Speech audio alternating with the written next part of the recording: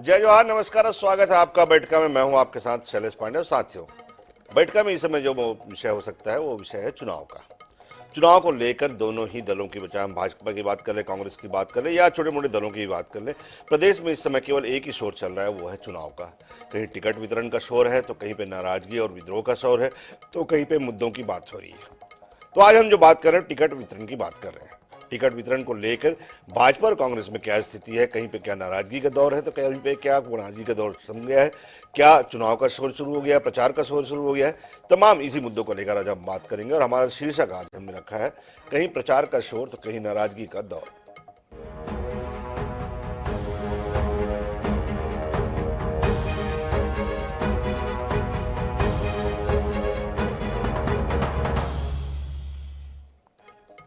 तो प्रदेश के चुनावी माहौल में इन दिनों भाजपा कांग्रेस में टिकट वितरण का दौर चल रहा है, जहां एक तरफ भाजपा की 90 सीटों में से 86 सीटों में नामों का ऐलान हो चुका है, तो वहीं दूसरी तरफ कांग्रेस के अभी तक घोषित 83 सीटों में पार्टी के भीतर घमासान मचा हुआ है।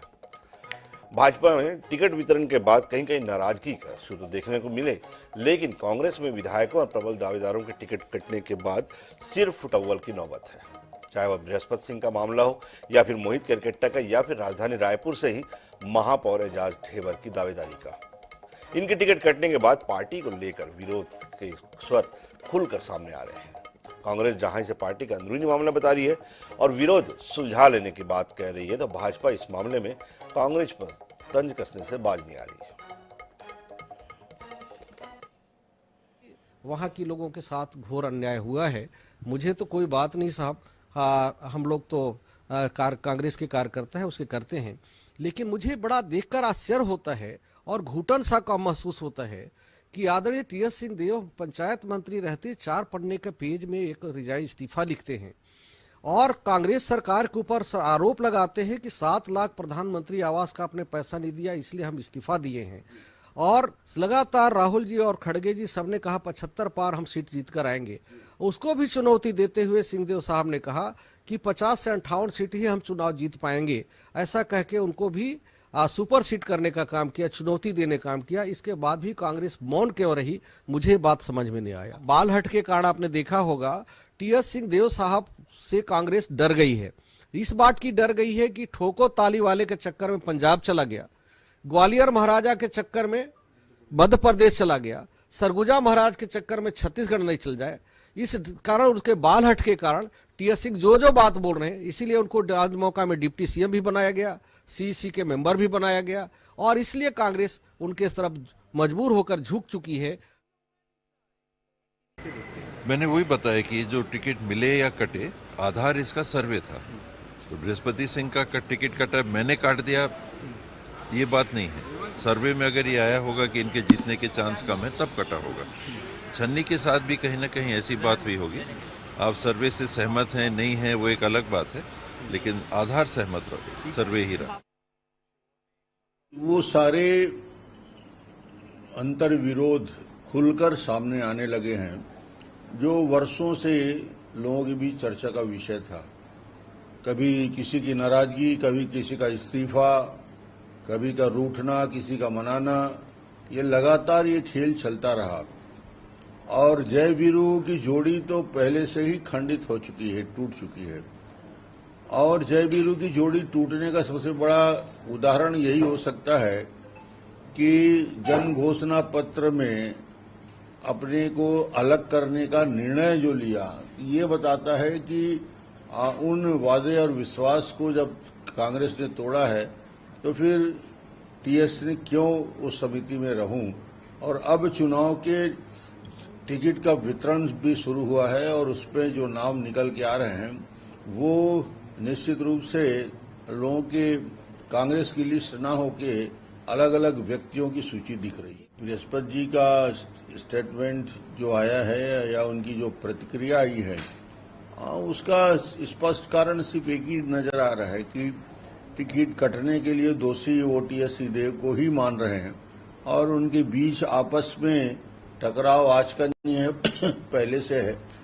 जिस व्यक्ति ने हत्या का आरोप लगा दिया था, उससे बड़ी बात और क्या हो सकती है इनके आपस के झगड़ों की बात। तो सीधी सी बात है, जहां पे टिकट कटेंगे वहां पे नाराजगी के सुर तो आएंगे। लेकिन अगर हम दोनों पार्टियों की बात करें तो कांग्रेस के बनिस्बत भाजपा में ये स्थिति दिखाई नहीं दे रही है। तो कांग्रेस में क्यों इतनी सेल्फ अप्रूवल है, इसी पर आज बात करेंगे। तीन खास मेहमान मेरे साथ में नितिन भंसाली जी हैं, कांग्रेस संगठन की तेज तर्रार आवाज हैं, और नितिन जी से हम इस बार की समीक्षा जानने की कोशिश करेंगे कि वाकई में क्या कांग्रेस में जो सिर्फ टोबल की स्थिति है, विरोध और विद्रोह की बगावत की जो स्थिति है, वो आखिर ऐसी स्थिति निर्मित क्यों हुई, जबकि सत्तारूढ़ पार्टी है, सभी का संतुष्ट करने की जो राजनीति है कांग्रेस की, उसके तहत काम कर रही थी पार्टी। तो इसमें ऐसा स्थिति क्यों बना, ये हम बात करेंगे। रविंद्र सिंह जी मेरे साथ में हैं। रविंद्र सिंह जी की पौबारा है, क्योंकि उनकी पार्टी में एक दो इक्का दुक्का बगावत के सुर दिखने के मिले थे, लेकिन पार्टी चूंकि एक संगठनात्मक उसमें चलती है ढर्रे पे, तो इसलिए उन्हें मना लिया गया है। प्रदेश के जाने माने पत्रकार बाबूलाल शर्मा जी मेरे साथ में हैं, पूरे कार्यक्रम में अपनी निष्पक्ष राय रखने के लिए। शुरुआत करते हैं नितिन जी आप ही से। 4 अभी तक बड़े विरोध के सुर भंसाली जी सामने आ चुके हैं। एक तरफ जिनका टिकट को लेकर दावेदारी में नाम था, लेकिन कहीं अभी तक उन्होंने दावेदारी अपनी जताई नहीं थी। एजाज ढेबर के सैकड़ों लोग आज राजधानी में इकट्ठे होते हैं, कुछ लोग अपने ऊपर पेट्रोल डाल के जलाने की कोशिश भी करते हैं। इतनी ज़्यादा नाराजगी है एजाज ढेबर को टिकट नहीं मिलने की। बृहस्पति सिंह खुल के कह रहे हैं कि पार्टी टीएस सिंहदेव के इशारे में चल रही है और ऐसे में पार्टी का नुकसान होना तय है। मोहित केरकेट्टा पाली तानाखार से साफ कह रहे हैं कि अगर इस तरह से टिकट वितरण हुआ तो पार्टी की हार तय है। विनय जायसवाल हैं, गुरुदयाल बंजारे हैं, ऐसे कई नाम हैं। बंसाली जी, आखिर इतनी नाराजगी क्यों, इतना असंतुलन क्यों? देखिए, ये जो आज विधायक हैं या जो विरोध करते हैं, ये पार्टी से ही है और पार्टी को विधायक बनाया। तो बता दो शैलेश भाई कि टिकट वितरण का कांग्रेस का इस बार एक बहुत जबरदस्त फार्मूला था कि ब्लॉक लेवल से आवेदन मंगाए गए, ब्लॉक लेवल से जिला स्तर पर आवेदन में पूरे 90 सीटों में लगभग 2800 आवेदन प्राप्त हुए। इन सारे आवेदनों की स्क्रूटनी की गई। बाद में यहाँ पर छत्तीसगढ़ की जो हमारी पीईसी है, प्रदेश इलेक्शन समिति जो कमेटी है, उस पर इस विषय पर चर्चा की। आंतरिक सर्वे की रिपोर्ट, राजनीतिक सर्वे की रिपोर्ट, स्थानीय जनता का फीडबैक, ये सारी चीजें देखी गई। इसमें महत्वपूर्ण बात यह भी है कि प्रदेश के देश के ऐसे पहले मुख्यमंत्री होंगे जिन्होंने अपनी पूरी विधानसभाओं का भेंट मुलाकात कार्यक्रम के तहत दौरा किया, तो उनको भी कुछ फीडबैक प्राप्त हुए। तो इस आधार पर जो है वो एक एक सीट पर पूर्ण रूप से चिंतन, मनन और मंथन करने के बाद प्रत्याशियों को की खोज की गई और जिताऊ प्रत्याशियों को टिकट दी गई। अब रहा सवाल कि मैं आपकी टीवी स्क्रीन पर अभी कुछ देख रहा था, विरोध हो रहा है, तो देखिए ये परिवार है, 4 बर्तन है बस से, पर मुझे पूरी उम्मीद है कि हम इन सबको मना लेंगे और एकजुट होकर चुनाव लड़ेंगे और जो हमने मिशन तय किया है अब की बार 75 पार उसको जरूर अचीव करेंगे। 75 पार आपकी बार नितिन भंसाली जी बड़े उससे आत्मविश्वास से करें। लेकिन नितिन भंसाली जी, एक तरफ जहां आप अपने सरकार के कार्यों का गुणगान करते हुए नहीं थक रहे हैं कि पिछले 5 साल में हमने 15 साल की सरकार के मुकाबले हमने जो है वो बिल्कुल ऐसा सजा दिया है प्रदेश को कि बिल्कुल 15 साल के कार्यकाल को लोग भूल गए हैं। लेकिन दूसरी तरफ ऐसा कौन सा आपका सर्वे है जो आपकी सरकार इतना अच्छा काम कर रही है, उसके बाद भी आपके विधायक का जो परफॉर्मेंस इतना खराब है? क्या परफॉर्मेंस कर लिया? अगर विधायक खराब परफॉर्मेंस कर रहे हैं तो सरकार ने कैसे अच्छा परफॉर्मेंस कर लिया जिसके आधार पर टिकट काटी गई है? ये परफॉर्मेंस और ये सब बातें जो है ये इंटरनल बातें हैं शैलेश भाई, मैं इसको पब्लिक डोमेन में नहीं करना चाहता और ना मैं कर सकता हूँ, ना मैं अधिकृत हूँ इसके लिए। मैंने सीधी एक ही लाइन में बात कही। परफॉर्मेंस को तो मैंने इसलिए कहा, मैंने परफॉर्मेंस पूछा ही नहीं, मैंने उदाहरण इसलिए दिया भंसाली जी कि अगर सरकार का परफॉर्मेंस अच्छा है तो विधायकों का परफॉर्मेंस कैसे खराब हो सकता है? डेफिनेटली सरकार का परफॉर्मेंस अच्छा है, ऐसा हम नहीं बोल रहे हैं। नीति आयोग की रिपोर्ट तक के ये बोल रही है कि 40 लाख लोग छत्तीसगढ़ में गरीबी रेखा से बाहर आए। ऐसे थोड़ी आ गए भाई साहब, काम किया तब हुआ ये। और हम हमारे लोक कल्याणकारी कामों को लेकर जनता के बीच जाएंगे। देखिए, चुनाव किसी टिकट किसी एक व्यक्ति को मिलता है विधानसभा में, तो दावेदार कई भी हो सकते हैं। पिछले बार हो सकता है कि कोई और भी दावेदार रहे और इनको टिकट दी गई हो, इस बार कोई और है। चेहरे बदलते हैं, ये बहुत एक सामान्य प्रक्रिया है और हमने जैसा कि जिताऊ प्रत्याशी को टिकट दिया। और रही बात कहीं पे यदि विरोध के स्वर है तो परिवार है, परिवार में बैठकर सुलझा लेंगे, इसमें भाजपा को चिंता करने की आवश्यकता नहीं है। एक सवाल और मैं करना चाहता हूं भंसाली जी आपसे। आप कहते हैं कि परफॉर्मेंस के आधार पर, सर्वे के आधार पर टिकट दी गई है।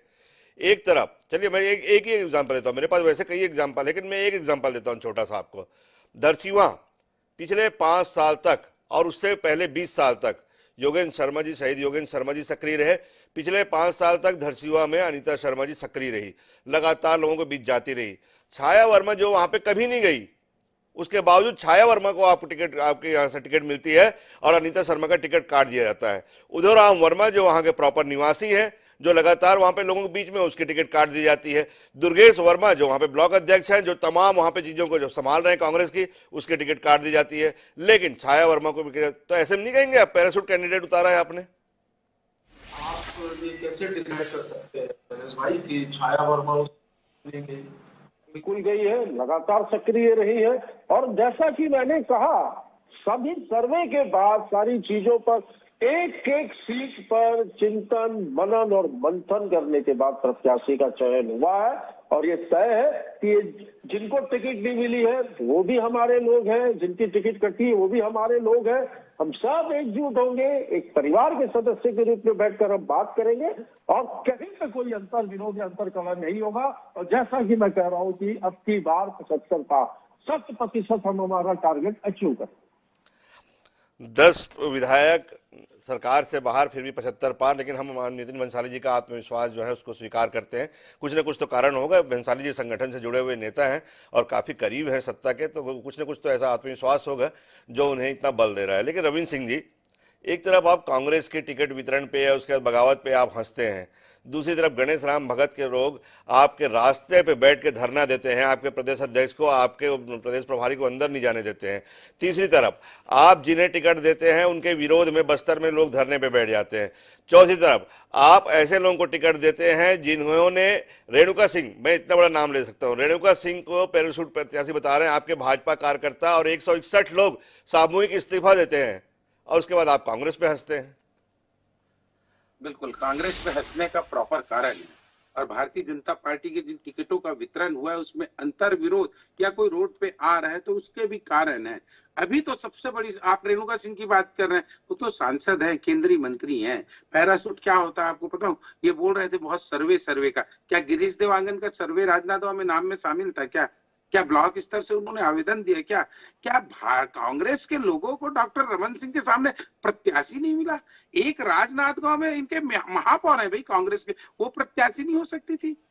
इतने सारे, मतलब राजनांदगांव में कांग्रेस के नेता थे, उनका अपमान इस बार भी किया गया जैसा पिछली बार करुणा शुक्ला को किया था। कहां से सर्वे में नाम आ गया? भूपेश बघेल जी ने कहा, दीपक बैज जी ने कहा, हमारे यहाँ टिकट हाईकमान तय करता है। तो अभी इसके पहले शैलेश जी हर टीवी डिबेट में नितिन जी ने कहा कि हम लोग बहुत ज्यादा प्रजातांत्रिक लोग हैं टिकट बांटने में, हम ब्लॉक स्तर से लेते हैं। अब ये आज हाईकमान पे आ गए, तो इनका दोहरा नहीं 10वां 12वां चरित्र तो आपके सामने उजागर हो गया। हमने 21 दिन क्या 1 महीना पहले टिकट वितरण किया, हमारे इतना अंतर कलह नहीं हुआ। ये इसीलिए रोक के रखे थे, इनको डर था, भय था कि टिकट का वितरण करेंगे सीले में। मैं एक छोटा सवाल करना चाहता हूं रविंद्र सिंह जी, ऐसा कौन सा आपके यहाँ टिकट वितरण का फॉर्मूला है जिसमें पुरंदर मिश्रा जो बसना के निवासी हैं, जिन्होंने पिछले 15 साल से बसना के लिए मशक्कत की, आप वहां से संपत अग्रवाल को टिकट देते हैं। अनुज शर्मा जो हमेशा भाटापारा के लिए लालायित रहे, भाटापारा के लिए उनका जन्म कर्मभूमि है, आप उनको धरसीवा टिकट देते हैं। आपका कौन सा फॉर्मूला है? बिल्कुल, हमारे यहाँ हम तो सर्वे करते हैं और हम कहते हैं कि हम ब्लॉक स्तर से नहीं लेते जीता। नहीं, नितिन जी सुनिएगा, पहले सुनिएगा। मैंने कहा, ये हमेशा हम पे आरोप लगाते थे प्रजातांत्रिक हम हैं, ये नहीं है। मैं कह रहा हूं कि हमारे यहाँ सर्वे होता है, 1 नहीं 3-4 सर्वे होता है, और कई बार सेलिब्रिटीज को टिकट दी जाती है, लेकिन उसके पूरे प्रावधान एक होते हैं जीतने वाला कैंडिडेट। भारतीय जनता पार्टी ने दिया है, विरोध के स्वर उठ सकते हैं, लेकिन हमारे 1 या 2% विरोध के स्वर उठे तो इनके 30% से ज्यादा विरोध के स्वर उठ गए। इसीलिए डर था, भय था, इसीलिए टिकट एंड टाइम में किए। आज हमारे 1 महीने से ऊपर हो गया नितिन जी। और सुन लीजिए, अभी आपके 20 टिकट, 18 टिकट तो विधायकों के काट चुके हैं, 3 या 4 टिकट अभी और कटेंगे। आपके यहाँ आत्मदाह हो रहा है, आपके यहाँ लोग कैसे निकल रहे हैं देख रहे हैं हम सब, और पूरा छत्तीसगढ़ देख रहा है। सबसे बड़ी बात है कि सरकार असफल है। 3 तारीख को नितिन जी, ये 3 बार की सरकार थी ना भारतीय जनता पार्टी की, उसकी वापसी हो रही है। ये तीसरी बार सरकार बनाते, ये कभी नहीं आएंगे। और 3 तारीख को 3 राज्य, मध्य प्रदेश, राजस्थान, छत्तीसगढ़ में भारतीय जनता पार्टी की सरकार बन रही है। क्यों? क्योंकि पूरी तरह असफल हो रहे हैं, इनके टिकट वितरण में असफल हो गए।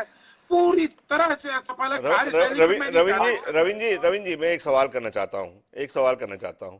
आपकी बार 75 पार ये कांग्रेस का नारा है, आपको 2018 का नारा याद नहीं आ रहा है? आपकी बार 65+। बिल्कुल आ रहा है, बिल्कुल आ रहा है। मैं फिर उस बात को बोलता हूँ कि इनका झूठा घोषणा पत्र, और एक लाइन और जोड़ता हूँ, एकदम सच्चाई से स्वीकार करता हूँ कि हम 3 बार थे, एंटी इनकम्बेंसी आ गई थी। ये 75 पार बोल रहे ना, ये 27 पार हो गए तो कांग्रेस की उपलब्धि रहेगी। बहुत बड़ी बात है, 27 टिकट में सिमट जाए तो। नितिन जी इंतजार करिए। मैं मानता हूँ चलिए दावे प्रतिदावे का दौर तो चलता रहेगा, लेकिन मैं एक बार बाबूलाल शर्मा जी समझना चाहूंगा। बाबूलाल भैया, दोनों की स्थिति आपके सामने है। एक तरफ भाजपा, जिनके पास पाने के लिए केवल 14 थे, जहां पे वो एंटी इनकम्बेंसी शिकार हो सकते थे या विरोध के सुर आ सकते थे अगर उनकी टिकट बदली जाती तो, लेकिन उन्होंने उन 14 के टिकट नहीं बदले, इसलिए कहीं पर कोई विशेष खिलाफत नहीं हुई। लेकिन उनके पास प्लस पॉइंट ये था कि बाकी जो उनके पास 76 नाम थे उसमें वो अपने मन से प्रत्याशी घोषित कर सकते थे, जो उन्होंने किया। चाहे हम अनुज शर्मा की बात करें, चाहे पुरंदर मिश्रा की बात करें, चाहे संपत अग्रवाल, ऐसे कई नए चेहरे जिनको उन्होंने उतारा, और कमोबेश कांग्रेस की अगर हम तुलना करें, कमोबेश उनके यहाँ विरोध का सुर कम हुआ। लेकिन कांग्रेस 5 साल में रहते हुए, जबकि मुख्यमंत्री जी ने एक कोशिश की कि जितने भी विधायक जीत के आए हैं, जितने भी लोगों ने पिछले 15 सालों में मेहनत की है पार्टी को ऊपर उठाने में, उन सबको किसी न किसी बहाने से उपकृत किया जाए। उसके बाद इतना विरोध, इतना बगावत, इतना बागी सुर। देखिए, सबसे पहला स्लोगन होता है जीतने वाला प्रत्याशी, जिताऊ प्रत्याशी। अब जिताऊ प्रत्याशी पार्टी किसको समझती है, उसका सर्वे क्या है, उसकी सोच क्या है, उसकी विचार क्या है, वो उसमें जुड़ते हैं। जितने लोगों को वो मानती है, आपने कहा पुरंदर मिश्रा, अरुण शर्मा पैराशूट प्रत्याशी हो गए, जहां पर कह दिया छाया वर्मा का प्रयोग कर रहे हैं। अब वो पैराशूट ऐसे नहीं पड़ता है ना। हाँ, बहुत से लोगों को एडजस्ट करना हो, नेताओं के सामने ये समस्याएं रहेंगी ना। आप हम भी अगर रहेंगे, सामने एक सीट के लिए अगर 7 आवेदन होंगे, आप मुझे बताइए कि किसी एक को देना होगा ना।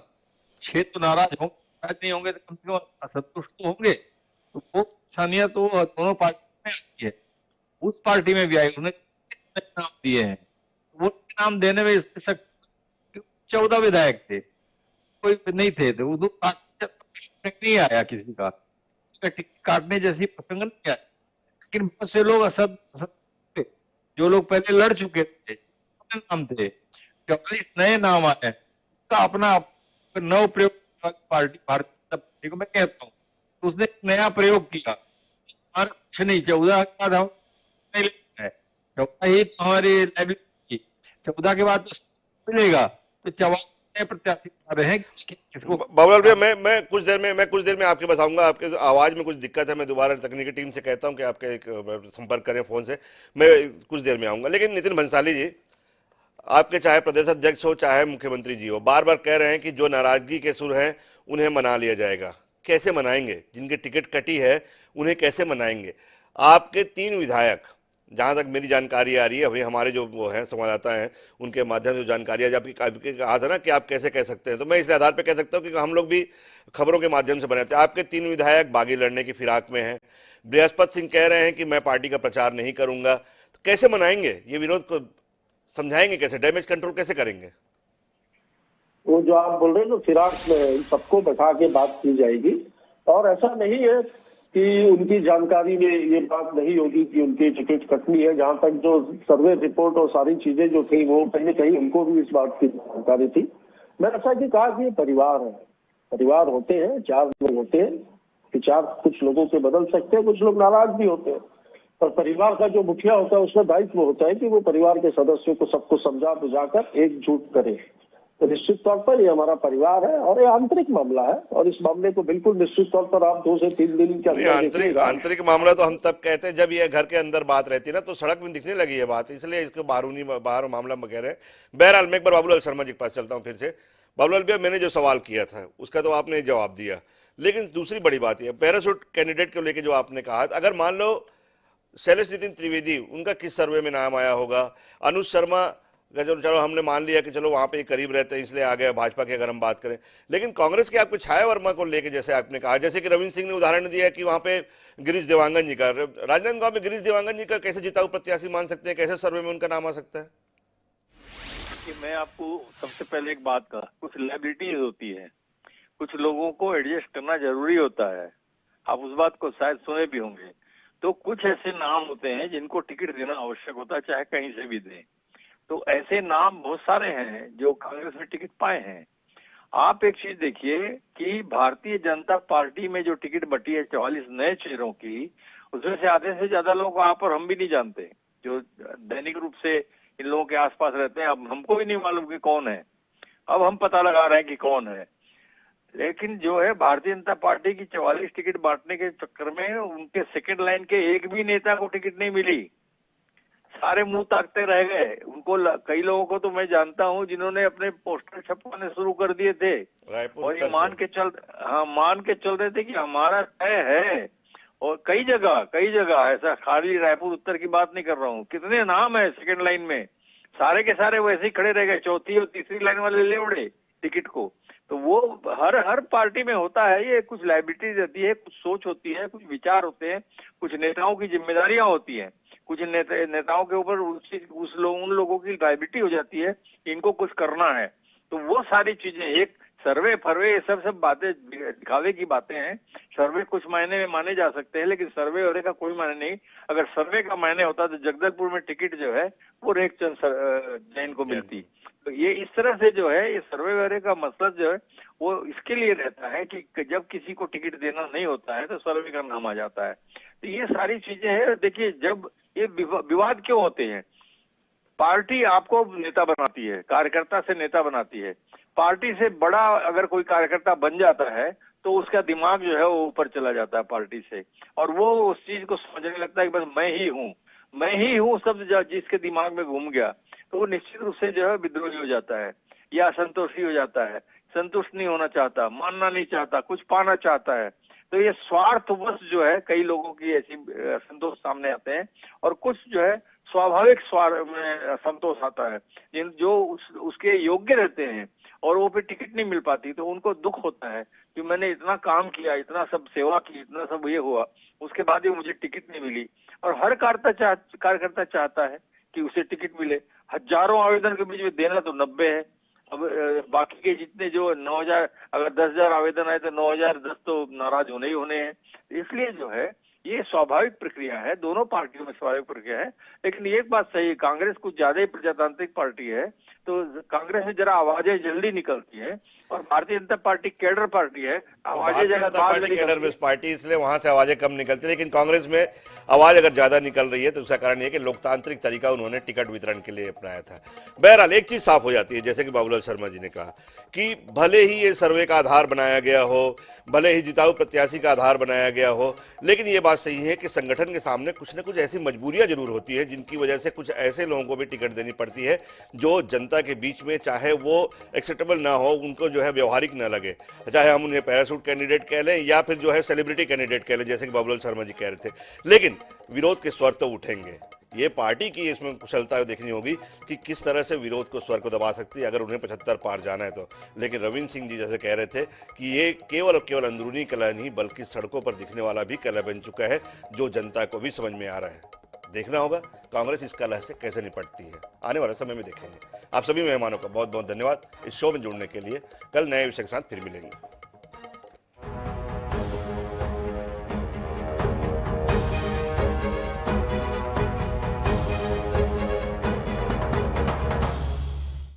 Ramakrishna care hospital.